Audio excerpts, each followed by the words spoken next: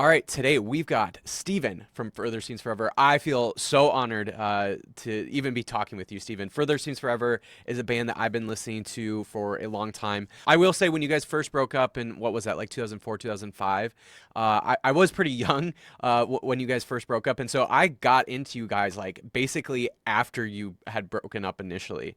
And so, but yeah, obviously, all the different iterations of Further Seems Forever, I've always been a huge fan of each of those first three albums especially. And so we'll get into all things Further Seems Forever, but before we dive into all of that, how are you doing today? Thanks for having me, man. Appreciate it. Thanks for the support of the band over the years by hook or crook with our lineup changes. Particularly at the singer spot, which is kind of rare to, I don't know, still be relevant maybe through so many different singers. But yeah, happy to be on. Look forward to tackling whatever you so choose. So. Yeah. Love that. Well, I'm excited. So, let's maybe before we dive into like the actual history of Further Seems Forever, I'd love to just hear like how you got into music. I would imagine at some point you were, maybe that kid that was pulling out the pots and pans and started banging on them, and maybe that's what inspired you to be a drummer. But yeah, I'd love to hear just like what inspired you to want to start drumming. Well, I did another podcast with a Florida Sound Archives, a guy by the name of Jeff Kleisath. And he asked me this question too, actually, a couple of weeks ago. But so I vaguely remember, but my late parents basically said when I was 4 years old, they were both musically inclined to a certain extent. My dad was actually a singer. He had a 45-inch or record, actually, and he went by a stage name and voice kind of sounded like Elvis. And this is before my time, but he was musically inclined. But apparently when I was 4, there was a drum set up at one of their friends' houses. And as the story goes, apparently at some point I just got up and started playing as if I already knew how to play. And apparently the people there freaked out and kind of remarked, well, we know what he's going to do to a certain extent. And I guess that was my unofficial start to being drawn or magnetized to that particular instrument. And then just, again, when I was really young, just listening to a lot of radio in the background. And back then, terrestrial radio was much more relevant in different genres and subgenres that would be played within the realm of rock or pop or what have you. And then fast forward a little more, when I was in school, just started, had different friends in different peer groups.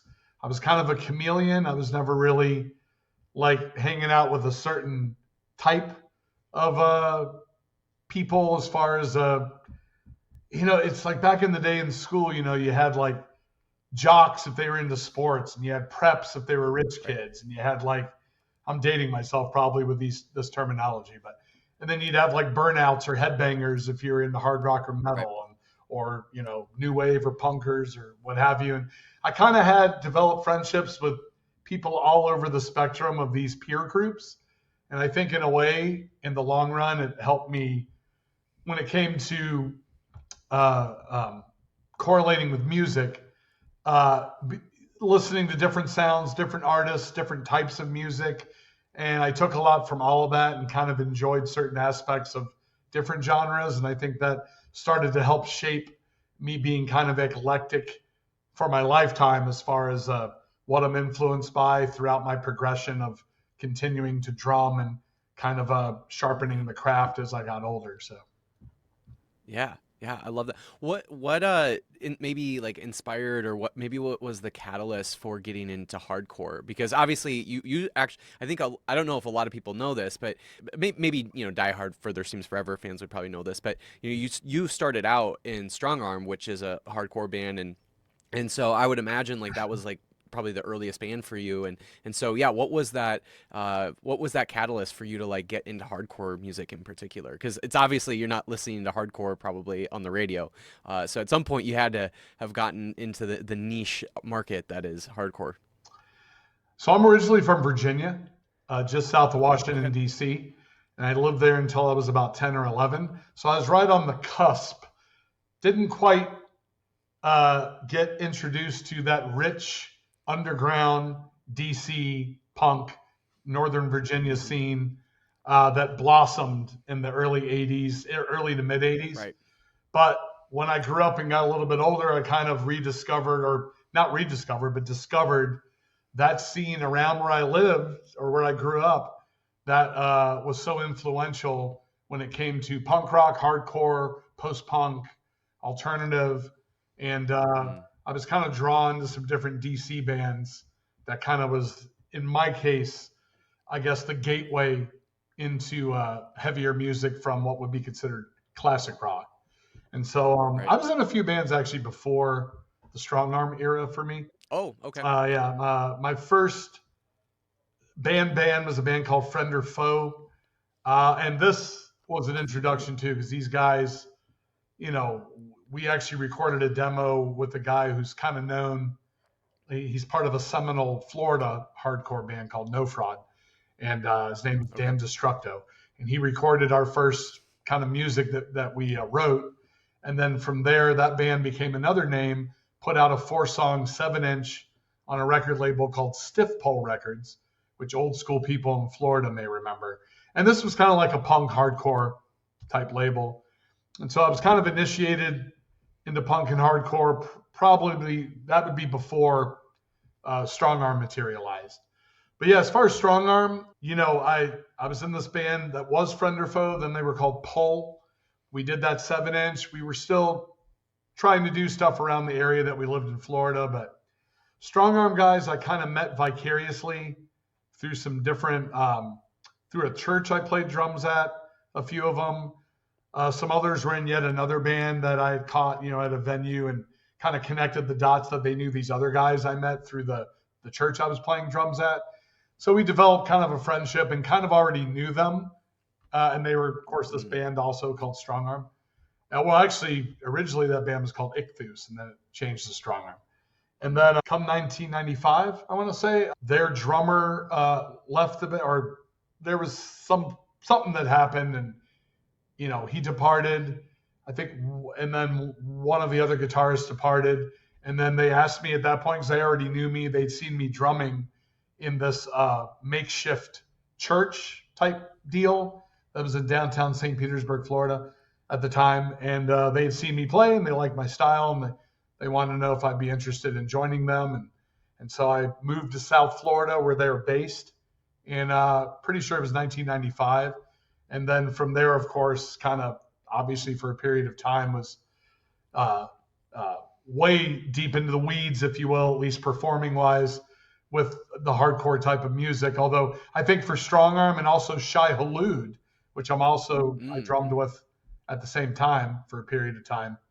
They were definitely under the guise of hardcore, but I felt the music was a little more than your standard, right. traditional type of setup or design. I think these Yeah. two bands, like the music it was very musical, very melodic, very transitional, a lot of movement. And I really love that about their style of hardcore, if you will. And it matched my style of drumming, which some people on the face of it may say is unorthodox, but it fit perfectly. It's like a perfect Mm. marriage of writing styles at that point when it came to the music. So Yeah, yeah, I totally agree. Like, and so you're referring to like the musicality of both the guys from the rest of the guys from Strong Arm, and obviously probably Shai Hulud as well. I'm guessing that's who you're referring to. yeah. I mean, like I said, their approach to write, especially Josh Colbert with Strong Arm and Matt Fox with Shia Lou, they're lifelong friends. They're both the Right. writing guitarists of the bands. Yeah, their styles, which are similar in a different way, if that's possible, but really meshed with the way that my approach to drumming was at that point in time. It was Mm-hmm. like Mm-hmm. we found each other and we were in these groups together, like kind of right place at the right time when it came to writing original music that was kind of our own thing.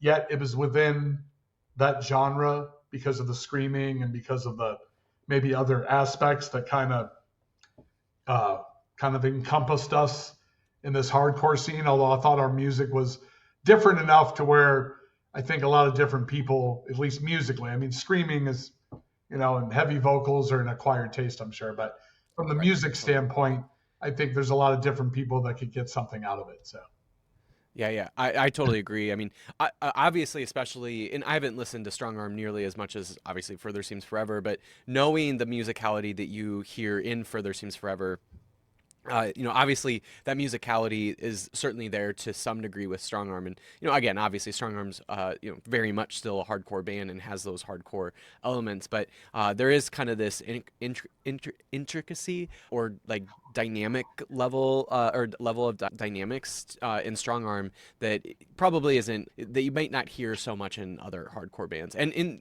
I think you're absolutely right about Shai Hulud as well. We've actually had Matt on a few Oh, times on the cool. podcast, and such a great guy.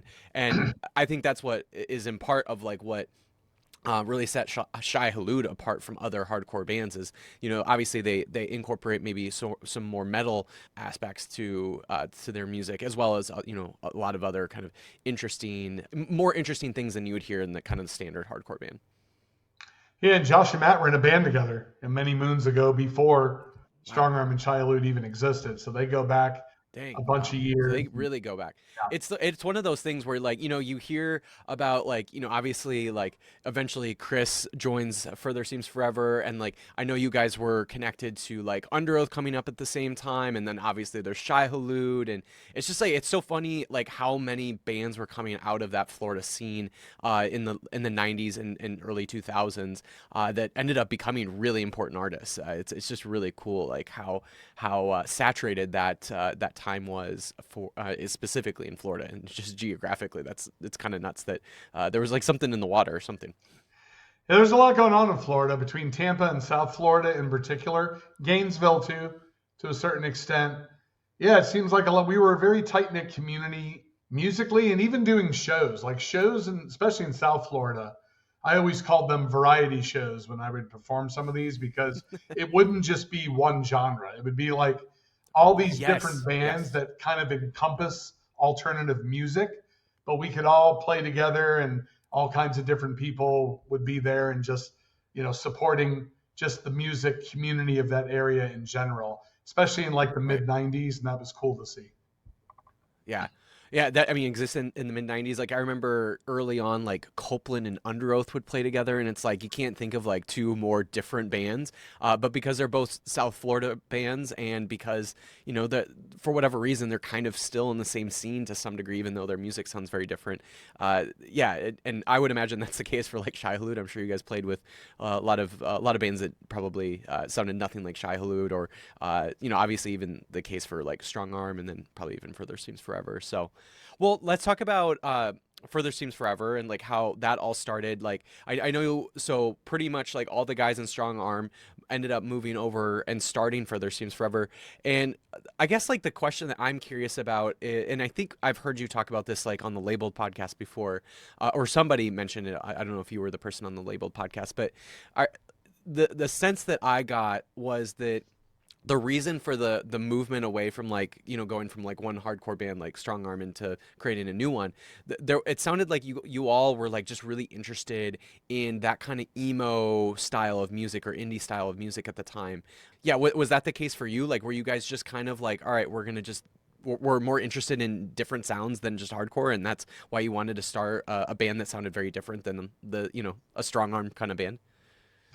Well, different sounds would be a more accurate way to describe it. I hate the word emo. I'm not a big guy on labels in general, and I think our Yeah, yeah, music supersedes what's typically defined as emo music, especially modern, really totally. modern emo music.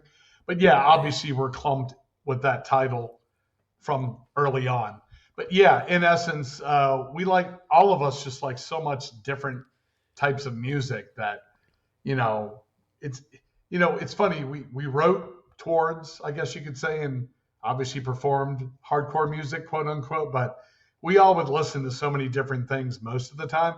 Like most of the time, when yeah, if we're on tour and we're in a tour van or we're hanging out, we're usually not listening necessarily to hardcore music. We're listening to all types of different bands from different genres. Me in particular, I'm pretty eclectic. So yeah, it definitely yeah. got to the point where we were like, Strong Arm was kind of cited more as towards a ministry oriented band, but we had all this, these different ideas percolating and just, we didn't want to be pigeonholed into, having to continue to write one specific or at least within reason, specific type of music or label. So we were definitely writing different stuff that wasn't as Yeah. maybe fast or aggressive per se, but it still had some of the qualities of dynamics and transition and movement. So yeah, I would say about probably summer in '98. I want to say like I think I was doing my what would be my last tour with Shia and the rest of the guys I think had already met. I mean, we all knew Chris Graba from the scene because he was in a band called the Vacant Andes, and we were friends with all those guys, and we liked that band a lot. And yeah, the other guys were already looking to strong arm kind of winding down and wanting to broaden our horizons with our music that we wanted to create or come out of us. And so I remember they not befriended, but they kind of came across Chris and asked if he'd be interested in doing something new potentially. And then I remember getting a phone call while I was still on tour with Shia Lude, and I think it was Josh that was telling me how, hey, Chris has agreed to kind of potentially work with us, and I got some new tunes, and when are you going to be back? Obviously to show it to you, and they wanted me to be a part of it, and I was like, absolutely, I can't wait. I was really excited, and when I got back home, that summer, I believe, I want to say '98, we started writing what would be the first few Further Seems Forever songs that would be submitted for a compilation and like an EP, I believe. And that's kind of where Further Seems Forever started materializing, if you will, at that point in time. So you're saying that Chris was involved that early.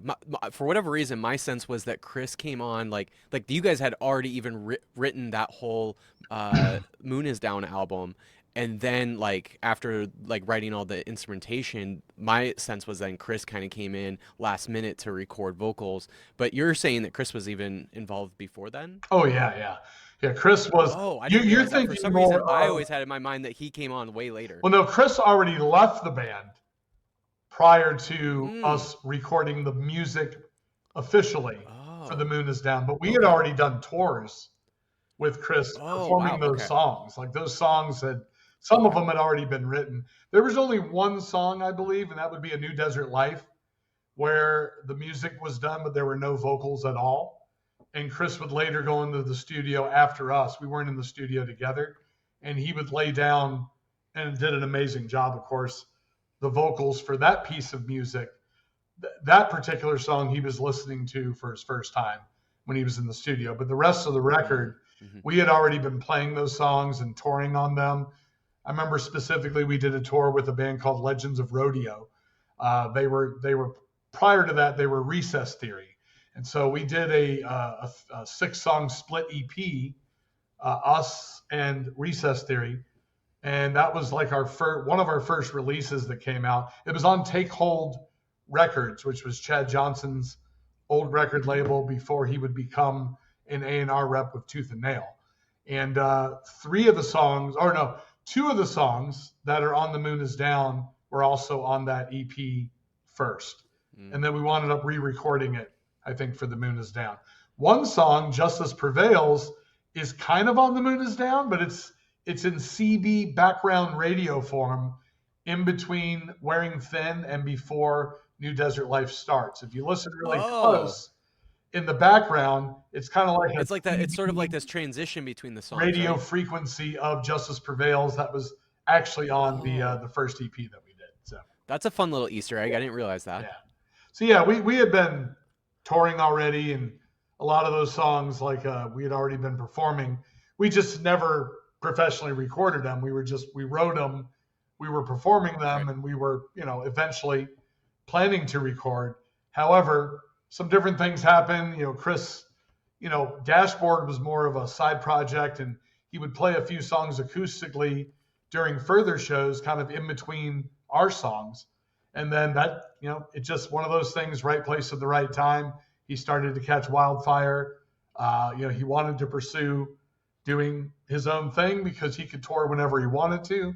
And further, some of the guys weren't really sure how much they wanted to tour.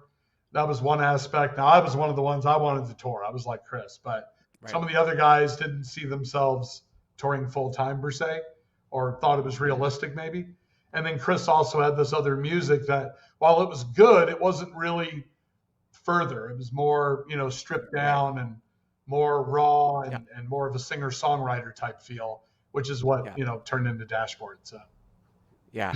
Did you ever have a sense, when even Chris is playing some of those songs, acoustic songs, between songs, at a set, like, did you ever have a sense that like Dashboard would become what it became? Like, I don't know if you've ever met one of those kind of people where like you just meet them and you're like, this person is gonna be something someday. Like you just kind of know. Did you have a sense when you met Chris that that was gonna be the case, or was it something that became more like surprising? You're like, wait, now like Dashboard is like one of the biggest bands in the world. At one point. Probably somewhere in between. I don't Okay. think I could, you know, maybe visualize to the extent that he became, but at the same time, obviously good looking guy, super talented, writes good songs. Definitely the potential's there for him to make a Right. career out of it for sure. So probably not to the not to the ceiling and not to the floor, but he had a really good median, if you will, I Right. thought. And Yeah. then Yeah. obviously that became more than that to his Yeah. credit and Totally.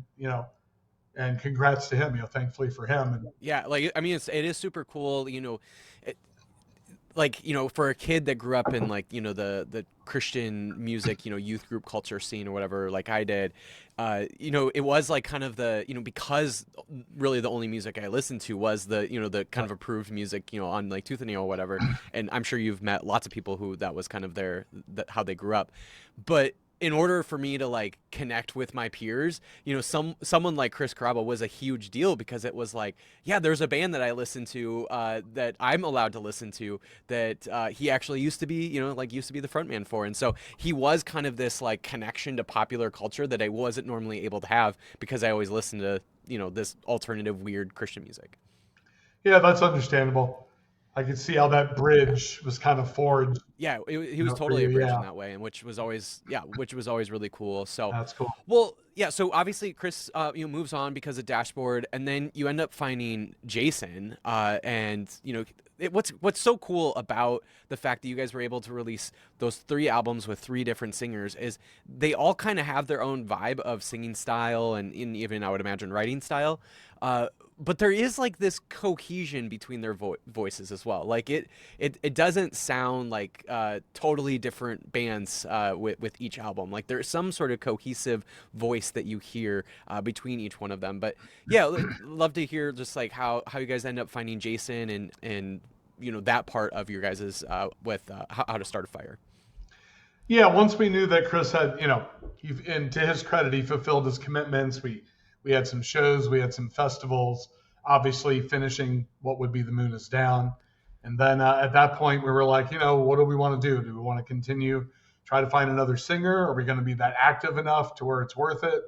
And then, yeah, we started putting the word out that we were accepting auditions. There were a few other people, one in particular that got really close to joining us prior to Jason, but kind of at the last minute, at the 11th hour, he kind of had a change of heart. Maybe like he didn't think he could commit to the extent that that he thought we were expecting him to. Maybe, but yeah, eventually Jason came along, and he was a kid from Minnesota, and he had been in a heavy group as well, like we had been prior to auditioning for Further. I'm trying to think what the name of the band was that he was. I didn't realize he's from Minnesota. Where in Minnesota is he?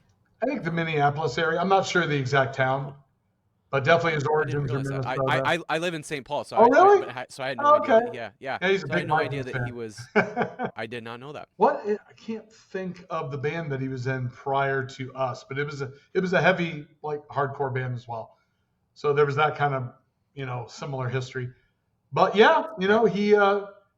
you know he made the grade sound wise, and then his level of dedication was ready to be there, what we would have needed for that period of time, and he wound up coming down and then eventually moving down to South Florida. I think he lived with Derek, our guitarist, one of our guitarists for a period of time, and one of our filling guitarists, because usually Josh wouldn't tour that much, so we usually would have to find a fill in. And he had another friend by the name of Brandon Swanson, who would go on to be in man, I'm terrible with names tonight. in a band with Vinny from the Movie Life. I forget what band they became after that. But Brandon wound up playing with, I Am the Avalanche. That's the group I'm thinking about. I didn't realize Yeah, that. Okay. Brandon wound up being in them later down the road. But yeah, no, Jason made the grade, and the dedication level was there, and he was ready to, hey, this is what I'm looking for, and this is what we're looking for, and let's see what we can do with this. And eventually we would, obviously record what would become How to Start a Fire. And even though The Moon is Down, I think maybe historically is people I come across seem to always view that as the influential album. How to Start a Fire actually sold the most records, and it's the record we did the most touring on between probably, I want to say 2002 to 2004, especially during that period of time.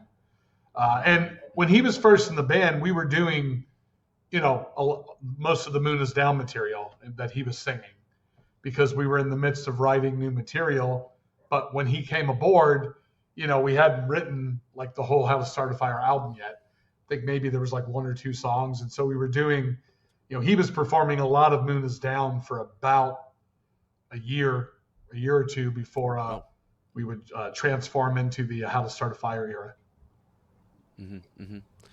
So you sounds like you tour a lot on that album, and what kind of happened there with him? Like ended up departing, and then eventually you guys bring in John. But what was it one of those things kind of where he touring just got too much and he just wanted to kind of move on to the next thing in life, or I'm just kind of curious what's the story there? Yeah, I don't really. You'd probably have to ask him. Would probably be a better representative of why he ultimately left. I mean, I think there was like a bunch of different maybe little things that in totality became enough of a issue to not. I mean, I know he got married at the time. He moved to New Jersey.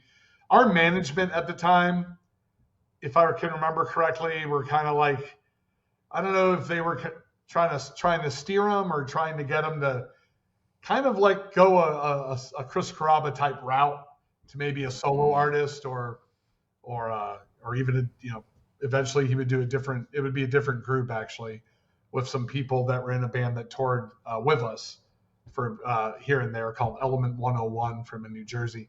He was really tight knit with all those guys and gal.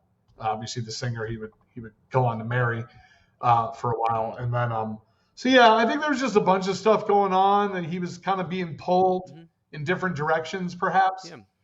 And didn't really have a compass of if he wanted to just stay focused on just continuing with us, or obviously there was enough of other things going on in his life from a personal standpoint and maybe even business to where at the time, he thought it best to not be with us anymore and depart. I mean, again, a lot of this has been water under the bridge now. We've reconciled with each other totally. about that. Yeah, at the time it was a bad blow. Music was written for what was supposed to be the next record with him. He did record one song, and there's a different version of that John would wind up doing that's on Hide Nothing, and that's called Bleed. But the original song was called There Now I've Said It, and that was kind of Jason's initial vocals on that body of music. And, at the time, I guess the lyrics were kind of about us, like just, in his mind, making his peace maybe and moving on. But again, we would go on later down the road to reconnect and to do some touring and some anniversary stuff for How to Start a Fire. And, we're all on good terms these days. And it's, it is what it is. That happened in the period of time that it happened. Yep. And, it sucked. I mean, because we were dedicated to continuing, and we were definitely building momentum, and we definitely were kind of, at least the rest of us thought we had our schedule set for the upcoming year. But you know what? Some things are a blessing in disguise, and it obviously, I don't want to say happened for a reason, because I don't know if I even necessarily believe that. I'm kind of something. Right. Shit happens, and then other things, it feels like maybe there was a reason behind it, but I don't know. Totally. I'm a hopeful agnostic. So, but I get that. So, but what that did do was usher in what eventually would be the John Bunch era, and you get a great record with Hide Nothing as a result, which is a beautiful record in my opinion. And it's hard to listen to some of those songs. Rest in peace with the passing of John. But yeah, we had another era with him, and he put his stamp on the band, and we got to do some touring, Hmm. and we got to continue our career through him, and then eventually kind of full circle with Chris and Jason.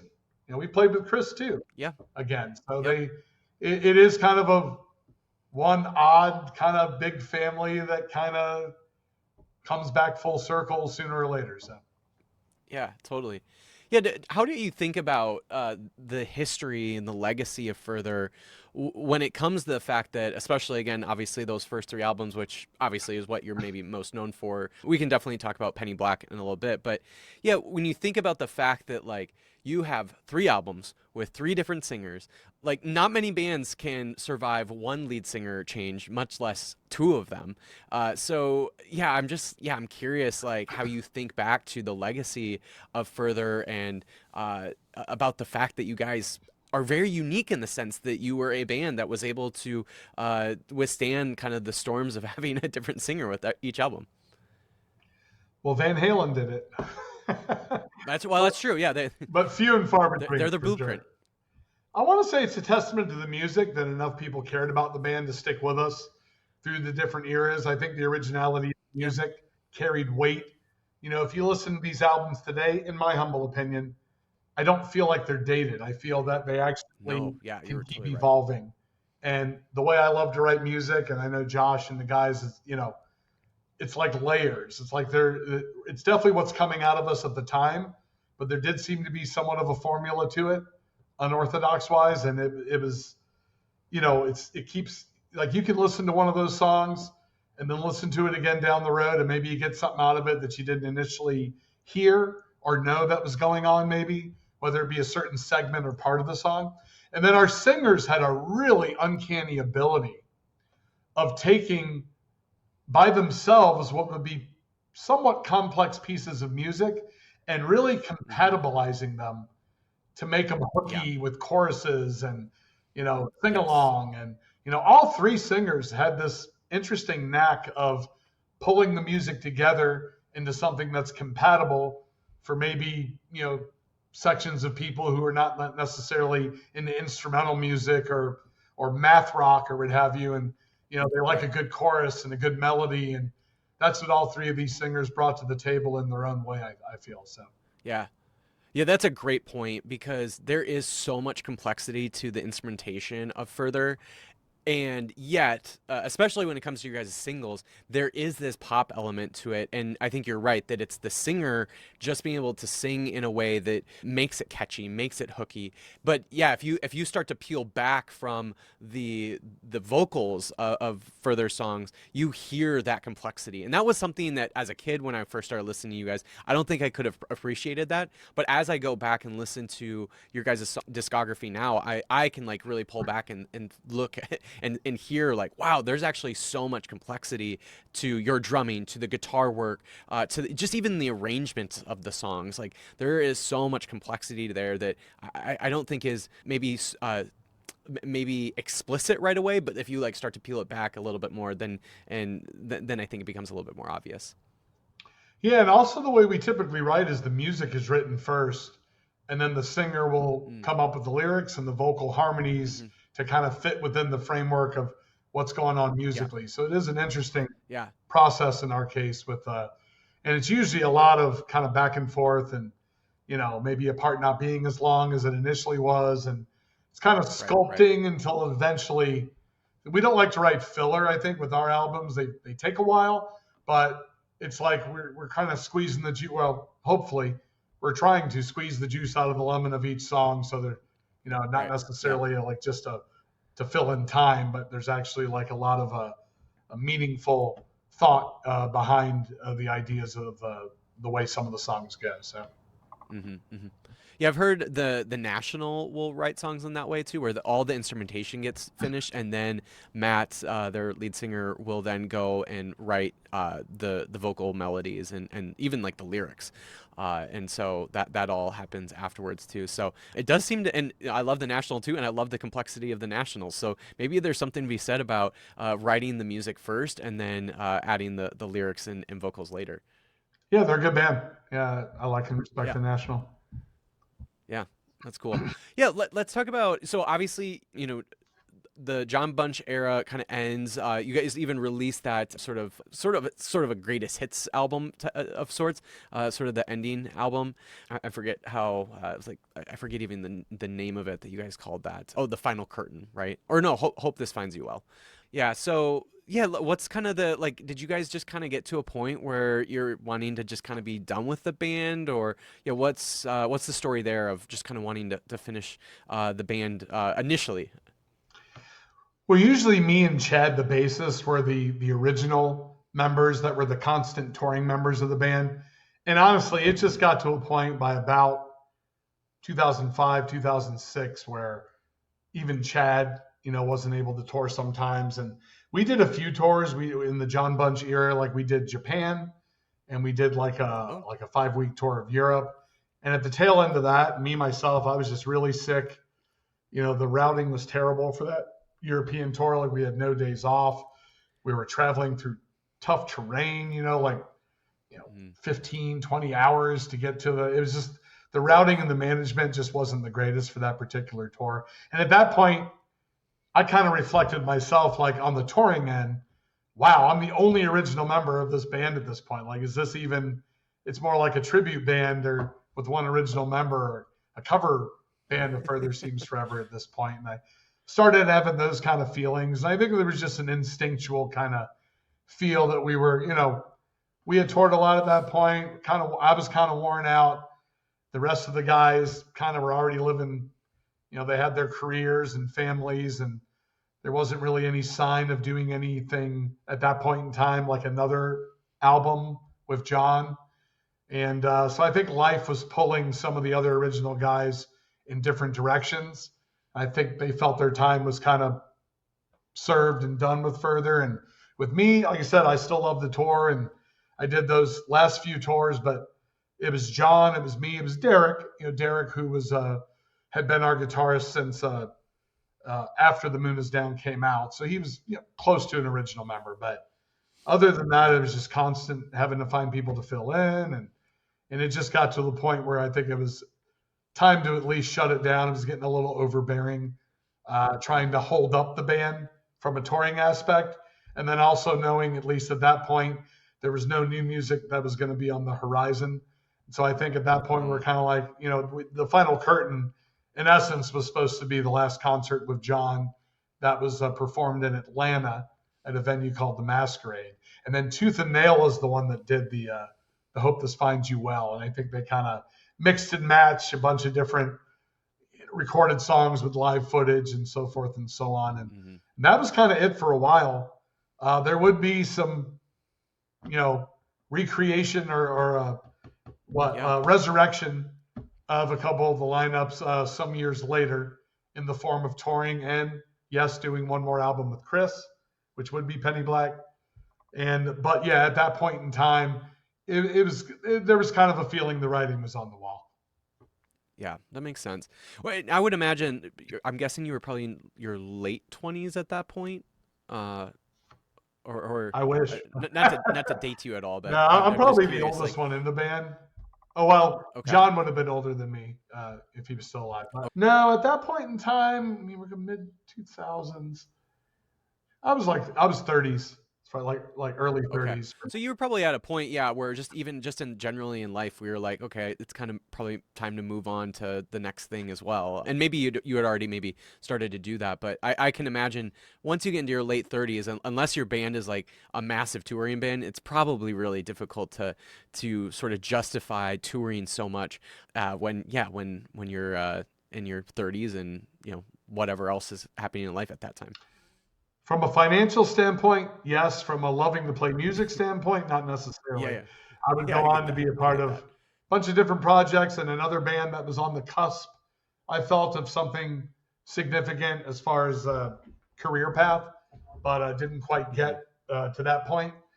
But yeah, Further, it's Further's the kind of band now where we're just like, if everybody's schedules align and we feel like it, I think we've built up enough of a resource to where we can, you know, financially speaking, do some shows, a little bit of supplemental income, and have fun with it, Right. and be able to still Right. service our listener base with something that they can. Oh, cool! They're going to Yep. be doing something. Let's catch it if we Yep. can. And so that's kind of where it's at these days. It's just like there's actually nothing. Like we had some offers this year, and just for whatever different reasons, some of the guys just had prior commitments, and unfortunately for me, because I wanted to do them, but we couldn't do them.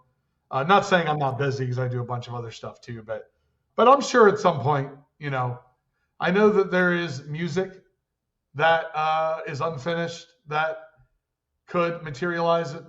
Who knows? Maybe, maybe not. Chris is pretty knee deep with Dashboard at this point, kind of his second wind with his main Mm-hmm. gig. Mm-hmm. But the intention is always to stay in touch, to check up on each other, make sure everybody's cool, and if the moment strikes and the timing's right, to potentially do something again. But I definitely have no Mm-hmm. definites as far as that goes. Right. Yeah. Well, it's probably just different too. Of like, I would imagine like when you guys were writing, near, 20 years ago, 25 years ago, it was probably something where you had to be like in the same room together or whatever. And, knowing how so many bands right now, just because of the technology, you're able to, maybe there's a drum part that you're kind of thinking. And so you just get that quickly recorded and then you can send that off and, hey guys, what do you think about this? And so on and so forth. So I would imagine like, it's probably slower to write now, but there is something to be said about that. Obviously, clearly, your passion for music's still there, and so, maybe there's something where it takes a little bit more time to write, but needless to say, like the technology makes it accessible. It makes it something where it is possible to be apart from each other and still be able to write music. So, yeah, Absolutely. I'm sure you guys Yeah. have thought about all of that. Well, so we're all scattered too. Like I live in the Orlando area. Chad lives in South Florida still, where we were originally based. The rest of the guys live in Nashville or Franklin, Okay. Tennessee. Derek lives in South Carolina. Jason lives in New Jersey. So we're all over the place too at this point. So it's just a question of getting Hmm. schedules aligned. But definitely when it comes to the Moon is Down lineup in particular, like three of the guys live in Tennessee, and I used to live in Tennessee on the east side many moons ago. So if anything, it's a good excuse to get together to just hang out and catch up and Yep. maybe take a weekend and have some fun and do an escape room or do something fun together. Right. Some things that we've done Right. periodically when we happen to be together. So That's cool. That's awesome. Yeah. Does it feel like one of those things where it's like, longtime friends where when you guys get back together, it's just like you go back right back to the same old jokes and you're the same old bits and it feels like, the conversation picks up right off where it left? yeah, and I had a question recently about that with Chad because me and Chad are on every single album with Further, Hmm. where there's rotating members, obviously singer wise, and then even guitarist Right. wise on some of the albums. But with me and Chad, it's like we've been playing music together for so long and have known each other for so long that we don't really talk super frequently right now. But whenever we do finally get a minute to talk, it's like we've been talking every day. It's like that kind of vibe. So Right. yeah, it is that kind of deal. Yeah. And Chad's the bassist, Yeah, right? Yeah. Chad Yeah. Neptune. And so there's probably some unique connection by the fact that you guys have played together for so long. I would imagine it's one of those things where, especially when you guys were writing, it probably just felt like you almost didn't even have to maybe talk to each other because there's such long connection where you kind of know how each other writes and kind of maybe I don't know, maybe I'm wrong there, but as like a rhythm section, because you guys had been together for so long, I would imagine the writing process felt so natural with one another. And that's with everybody. Because a lot of my drums, what Mm. makes them kind of what some people may feel unorthodox is because I'm actually writing with the guitar and not the bass sometimes. And then the Oh, bass is kind interesting. of like That does kind of make kind of the sense. underbelly. But in saying that, yeah, all of us have an instinct of eventually where we're going in a song and what we may kind of transition to or little accents or touches or, subtleties within the framework to kind of make a part interesting. And we do all, I feel, have that instinct when we're finally together. And if we have any period of time allotted to really focus in on the music writing, then there is that instinct and familiarity with how each other Hmm. how each other plays together. Yeah. I've never even quite put it, or I've never really quite thought of it in that way, that you're writing your drum parts with the guitars rather than the bass. And it does now, like now that I think of it, I'm like, oh, that's why it sounds so unique. That like your drumming in particular sounds so unique because you're actually writing with the drums rather than the bass. And is that something that you picked up when you guys started further, or was it something that were you writing like that when you were even playing like Strong Arm or even before? Like, is that something you've been always doing, like you've always done, or is that something that came along later on with further? It's not always with the guitar, but a lot of the times it is. I mean, there is Mm, some pockets where obviously me and Chad will be kind of connected or with the other hmm groups. But no, it's just I kind of have, I don't know if knack's the right word, but I kind of see stuff in what is being presented to me that maybe the other guys don't see at the moment. And then when I kind of write my parts or what I'm going to do to it, they're like, "Oh yeah, that's a cool way to approach what I was initially writing or playing." And I don't know, it just kind of comes together that way sometimes where I'm liking what I'm hearing, but I'm seeing it a different way of how to approach that part to where maybe it's going to wind up being a little bit different than maybe originally envisioned by the guitarist or bassist or singer. And it tends to evolve our music and kind of wrap around or, it's funny. We have a song called The Bradley on The Moon is Down. mm. And the Bradley is kind of a funny reference to a piece of military equipment that keeps getting built on, and it's called the Okay. Bradley.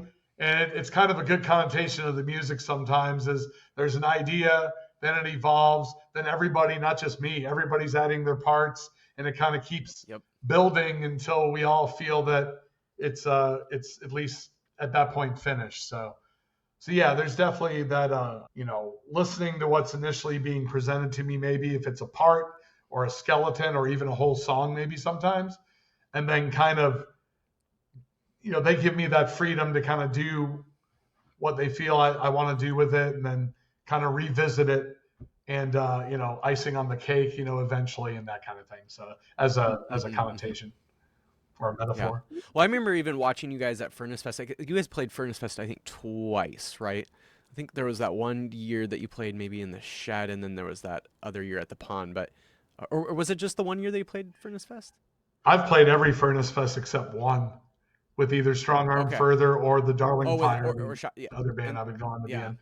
that makes sense. We Yeah. Further played in 2000 as Strong Arm did. That was the Strong Arm Okay. reunion, and that was Further with Cool. Chris. That's one of the last shows he would do with us initially until he came back with Okay. us like 2005 ish. But Furnace Fest 2000, we played with Jason. I want to say 2022 probably, and That then we sounds right. played in recent years. We did like a pre-show one year, and then we played the stage that is not Plug Your Holes and not the main stage, but the other one. We did that Was it once the or one that? twice with Jason. Okay. So yeah, we Okay. played Furnace Fest a handful of times. Full time. Yeah. Yeah, I just remember like as I would watch you specifically play your drums, like not only is obviously your writing kind of unique in the sense that so much of it is being written with the guitars rather than the bass, but just the way you move when you're drumming looks very different. And that was like where I was gravitated towards like watching you guys live for the first time was you look different when you drum than almost any other drummer. I don't know if you have anything to say about that or if that's something that you've noticed as well or if you've gotten that comment before. Well, I'm a lefty.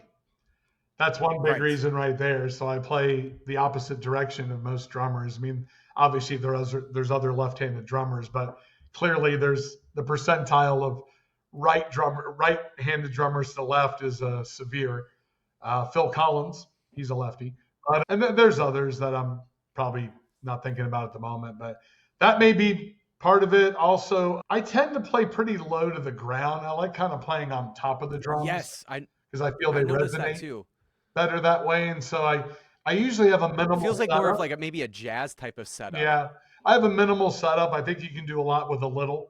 That's what I always say, Right. as opposed to having like a Neil Peart setup or something. Although I Yeah. respect him and love him, of course. But yeah, my playing, being a lefty, kind of playing on top of the drums to a certain extent. Maybe these are some factors. Probably wacky facial expressions, I'm sure, as every drummer has, but maybe me to the Yeah. power of 10, who knows? Sometimes. That's great. Yeah, I just was so impressed watching you guys play, and and obviously Jason's voice is just as good as it's always been, and you guys are so much fun, and Chad typically seems to be the one that's kind of carrying for. He sort of seems to be like the voice oftentimes of the band, and yeah, I just think you guys are so much fun to watch, and so yeah, I mean, it sounds like you certainly are open to still playing shows, and who knows what you guys might be writing at some point, but. Obviously, if you guys are playing anytime soon, I'd love to be there because yeah, you guys are a blast, and you sound so good still. Well, thank you so much. Appreciate that. Yeah, Chad is the MC. He's the MC of the band. He He really takes is. the mic in between the songs, gets the crowd lightened up, and yeah, it's fun to watch him kind of interact with the crowd periodically through our set breaks. So. Yeah, yeah, that's awesome. So, well, thanks for chatting about history. Should we dive into your top five most influential albums? Ooh, that's right. I'm supposed to be thinking about that, right? Well, I can give you one right off the top of my head, and I don't know if you're going to know any of these because some of these are obscure, but they were definitely That's totally fine. extremely meaningful to me at the periods of time that I discovered them myself, and especially where the drumming and the rhythm section is involved. So Hmm. the first album I will mention is by a Canadian metal band called Voivod, and Oh, we've interviewed Voivod before years awesome. ago. Yeah, Yeah, so the I'm album's forgetting called what his Nothing name Face was. from What was $1981. what's his Dennis? Is it Dennis is the vocalist? I think it was. I thought it was a Snake. Yeah, I think that's his Oh, like stage name, but his real name is Dennis, that's his probably. Yeah. stage name, but I think his real name is And Dennis if rest I in peace, remember right. Piggy. Piggy, the guitarist, is just Yes. on another planet. And I don't feel, as much as I love Void God, I say Void God actually, they'll never be the same without Piggy. Piggy is just a Yeah. generational, once in a lifetime guitarist. I mean, you listen to the album Nothing Face, which is that's the guru that's floating on top of the mountain for me record wise.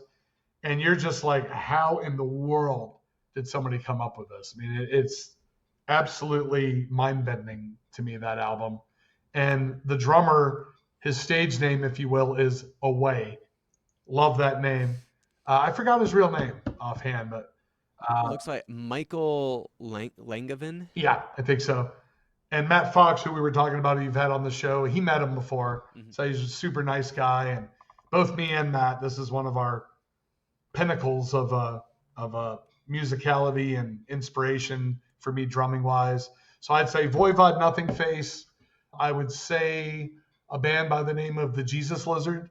The album is called Goat. Oh, okay. One of the greatest rhythm sections and recording of Steve Albini, rest in peace. The late Steve Albini recorded that record, Hmm. and it's on Touch and Go Records. And the Jesus Lizard is another band, very unique. Singing is acquired.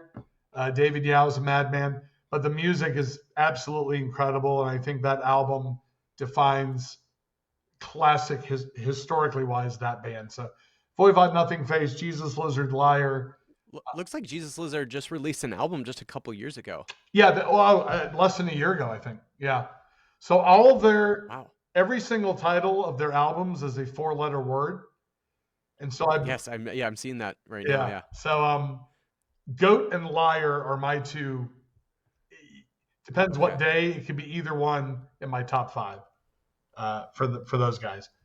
As far as hard on your sleeve inspiration, I would put U2 The War album in Mm. my top five. Oh, that one. Wow. I absolutely love War. It has so many layers to it. Obviously, one of their biggest songs, in Sunday Bloody Sunday, derives from that album. But the whole album is just chock full of every kind of emotive vibe, from desperation to celebration to triumphant to anthemic. Uh, Absolutely love that record. So we got Voivod, we got Lizard, we got U2. That's three. We need five. Yep. Two more. Man, that's really tough. There's so many. I will say probably Led Zeppelin 2. Uh, Oh, okay.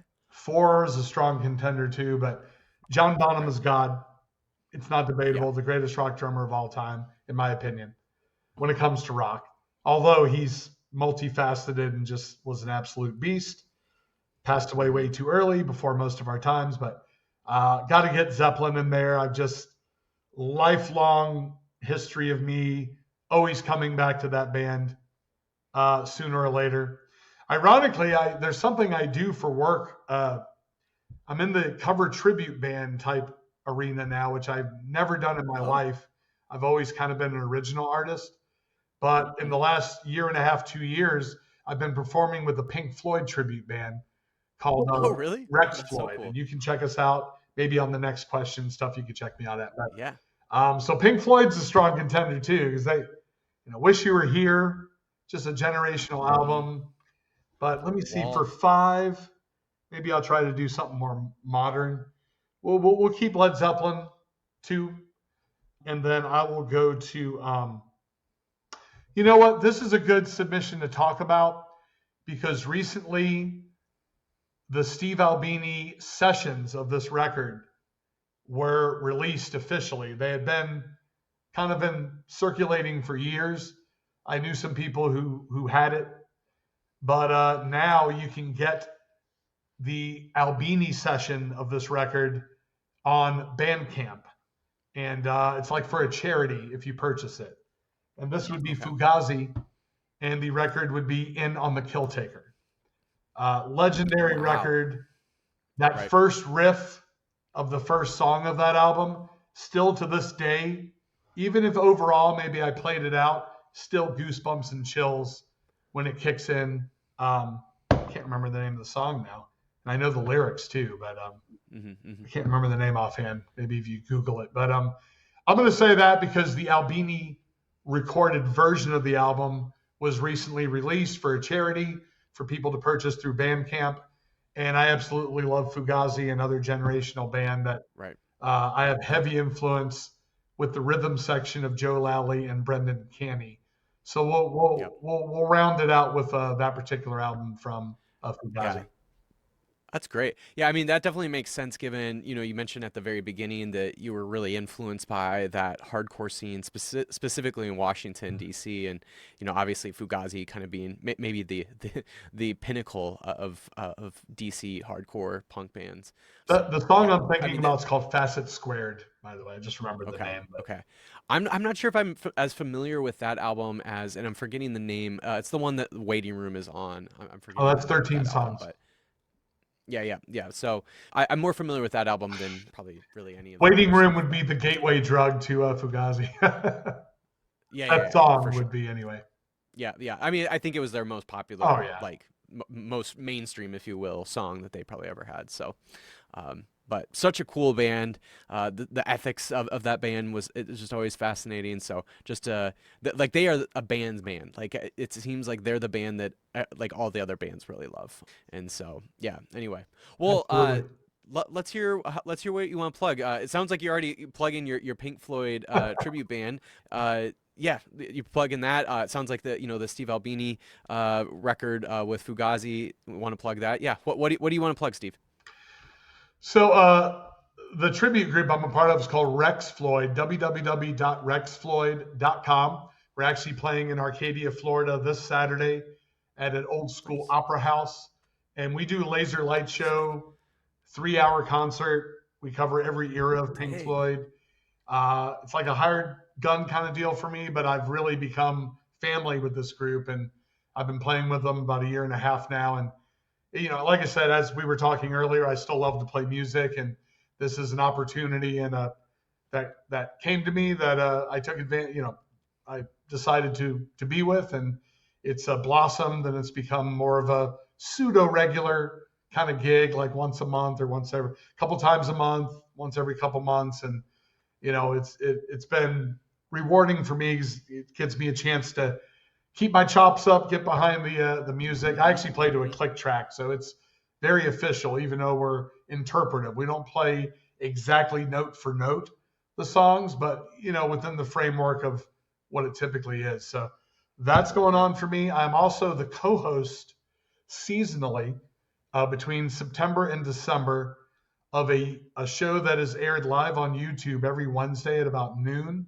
This is a completely different subject, but it's regarding NFL roster construction to build teams to put into tournaments on FanDuel and DraftKings to make money. The website is Oh, so called, like a fantasy sort of yeah, kind of, situation? but DFS, not the drafted fantasy, as much as Okay. you build a different team weekly to put into tournament entries to make money. And Interesting. I'm with a site called oneweekseason.com, ONEWEEK season.com, and I'm part of the team. My nickname is Maximus. And during the NFL regular season, which is September through December, we'll do a show live on YouTube on that 1 week season channel every Wednesday about 11 a.m. and noon. And I also write an article for them. And we have a Discord. I'm this old, but I know Discord. And so I'm very heavily involved with that team. And some of those guys, that's all they do for a living is DFS. I haven't quite reached Right. that threshold yet, but I've been very close. And I think it's just a matter of time. I have this very geeky love for statistics and roster construction for NFL teams. Do you feel like you could actually be a GM for an NFL team? Perhaps, possibly. Perhaps even. Could be like that. Is that Howie Roseman? Is I'd the have some Eagles money, and one it's that who I you think is know, really unfortunately. But yeah. Oh, right, Howie right. Rose, he's a great Wow. executive, actually.